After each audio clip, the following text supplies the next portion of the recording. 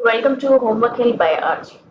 कल एक स्टूडेंट ने अपना हॉलीडेज होमवर्क का एक क्वेश्चन भेजा जो कि बहुत ही इंटरेस्टिंग था। और क्वेश्चन में कहा गया था right an autobiography of a lunch box. Creative writing के हिसाब से मुझे ये बहुत ही मजेदार लगा। तो लंच बॉक्स की ऑटोबायोग्राफी लिखने के लिए सबसे पहले हमें जानना पड़ेगा कि ऑटोबायोग्राफी का मतलब क्या होता है। ऑटोबायोग्राफी का मतलब है अपने जीवन की जो जर्नी है उसको खुद ही अपने मुंह से बताना। तो यहाँ पर एक तरीके से हम लंच बॉक्स का पर्सोनिफिकेशन कर रहे हैं। लंच बॉक्स को एक जीता जागता इंसान समझकर हमें उसकी कहानी उसके मुंह से ही बतानी है, यानी कि लंच बॉक्स खुद ही बताएगा कि उसकी शुरुआत कैसे हुई और क्या क्या पड़ाव उसकी जिंदगी में आए। तो चलिए जानते हैं कैसे इसे लिखना है। इसमें जो भी डिफिकल्ट वर्ड्स हैं उनके मीनिंग मैं आपको बताती रहूंगी। Greetings, curious minds. I'm not just a lunchbox, I'm a time traveler, journeying through history with humans. तो कह रहे कि मैं सिर्फ एक लंच बॉक्स नहीं हूँ, मैं एक टाइम ट्रैवलर हूँ, यानी कि समय के साथ ट्रैवल करते करते मैं आज यहाँ तक पहुँच गया हूँ। कहाँ तक? ह्यूमंस की हिस्ट्री के साथ ही मेरा भी सफर चल रहा है। My story begins when our ancestors realized the importance of carrying food for sustenance during their daily quest. Ancestors मतलब पूर्वज, sustenance मतलब जीवन यापन। तो मेरी कहानी की शुरुआत होती है जब हमारे पूर्वजों ने अपने जीवन यापन के लिए अपने साथ अपना भोजन ले जाने की जरूरत महसूस की। In the early days, simple containers made of leaves or animal hides were used to transport eatables.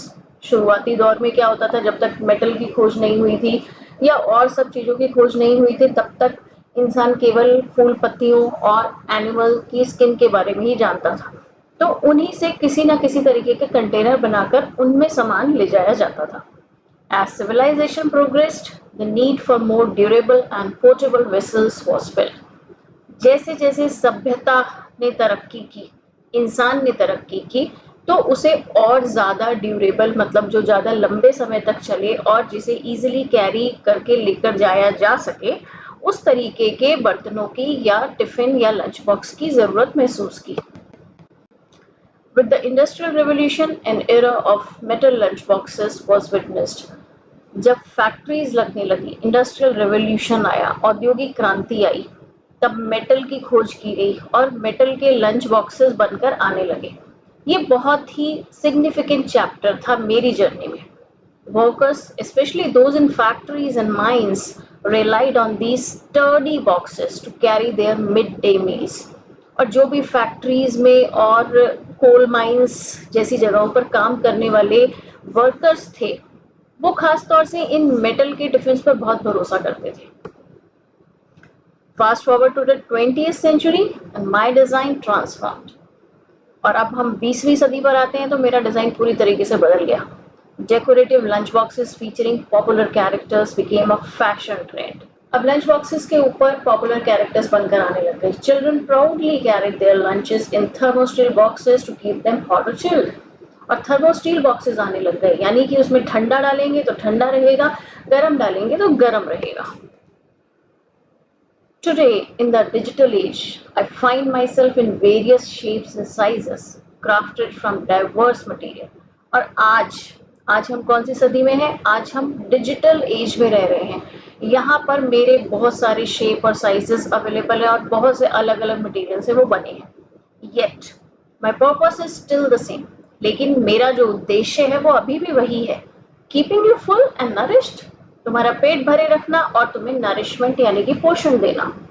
As I continue to witness the ever-changing landscape of lunch culture, I look back with a sense of pride, knowing that I am not just a container, but a witness to the evolution of human habits and the enduring need for a reliable food companion. जब मैं पीछे मुड़कर देखता हूँ कि कितने बदलाव, कितने पड़ाव आए हैं मेरी जिंदगी में, तो मुझे एक गर्व की अनुभूति होती है कि मैं सिर्फ एक कंटेनर नहीं हूँ, बल्कि मैं इस बात का साक्षी हूँ कि ह्यूमन हैबिट्स में किस तरीके से तरक्की की है और इस यात्रा में मैं उनका एक भरोसेमंद साथी रहा हूँ। My pages are still being written.